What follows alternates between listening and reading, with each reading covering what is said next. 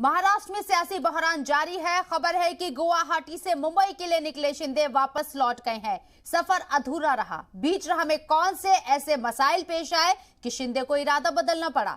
शिंदे के अधूरे सफर पर तो बात हो गई ही, बात आज की ताजा तरीन सियासी हलचल पर भी होगी कि आखिर आजाद उम्मीदवार डिप्टी सीएम स्पीकर को हटाने की मांग क्यों कर रही है। साथ ही सबसे बड़े दो चार वो सवाल जो पिछले एक हफ्ते से जिनके जवाब तलाश किए जा रहे हैं कि महाराष्ट्र की सियासत का ऊंट किस करवट बैठेगा। क्या शिंदे के सामने उद्धव ने हथियार डाल दिए हैं? बाला साहेब की पार्टी की बागडोर किसके हाथ में होगी? क्या धनुष निशान को कब्जे में करने की भी खींचतान होगी? अगर समीकरण बदले तो क्या शिंदे को वजीर आला बनाने के लिए उनकी हिमायत करने वाली पार्टी तैयार होगी, या फिर महाविकास आघाड़ी से बाहर आने के बाद शिंदे उद्धव के द्वार पर लौट आएंगे? ऐसे कई सवाल हैं जिनका जवाब जानेंगे, लेकिन पहले देखते हैं ये खास रिपोर्ट।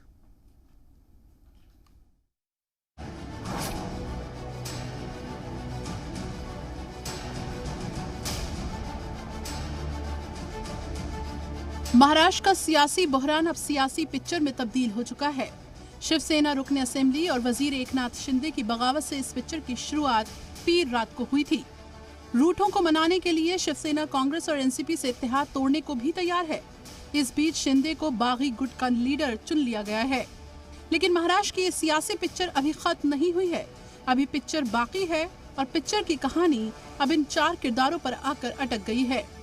ये चार किरदार है एकनाथ शिंदे, महाराष्ट्र असेंबली के deputy speaker Narhari Zirwal, governor Bhagat Singh Koshyari और बीजेपी लीडर देवेंद्र फडणवीस। इस कहानी की शुरुआत एकनाथ शिंदे ने की थी और अब ये डिप्टी स्पीकर तक आ चुकी है। डिप्टी स्पीकर के बाद ये कहानी गवर्नर तक भी जा सकती है। फिर इस सियासी कहानी में बीजेपी लीडर देवेंद्र फडणवीस की एंट्री हो सकती है। आज सुबह गुवाहाटी के होटल में एकनाथ शिंदे कैंप की मीटिंग हुई, जिसमें 5 अराकीन असेंबली शामिल थे।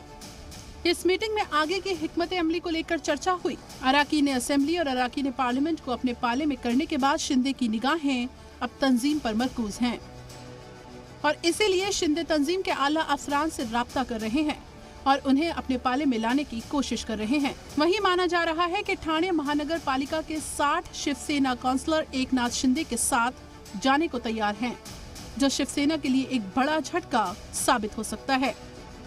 उधर महाराष्ट्र के वजीर आला उद्धव ठाकरे ने आज एक बड़ा बयान दिया। उनकी रिहाइशगाह मातोश्री पर शिवसेना के जिला सुदूर की अहम मीटिंग में सीएम उद्धव ठाकरे ने कहा कि अगर आपकी नजर में मैं अयोग्य हूं, तो मैं शिवसेना सरबराह का ओहदा छोड़ने को तैयार हूं। साथ ही सीएम उद्धव ठाकरे ने कहा कि उनकी सरकारी रिहाइशगाह छोड़कर मातोश्री आने का मतलब ये नहीं है कि उन्होंने लड़ाई छोड़ दी है।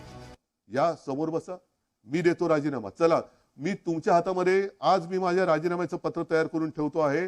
जे आमदार गायब आहेत किंवा त्याने गायब केलेले आहे त्यांनी यावं आणि माझे राजीनाम्याचं पत्र घेऊन राजभवनमध्ये जावं। मी का नाही जात? कारण मला कोविड झालंय। माझ्याकडे उत्तर आहे। ज्या शिवसैनिकांना असं वाटत असेल की मी शिवसेनेचं नेतृत्व करायला नालायक आहे, चला मला सांगा, मी हेही पद सोडायला तयार आहे।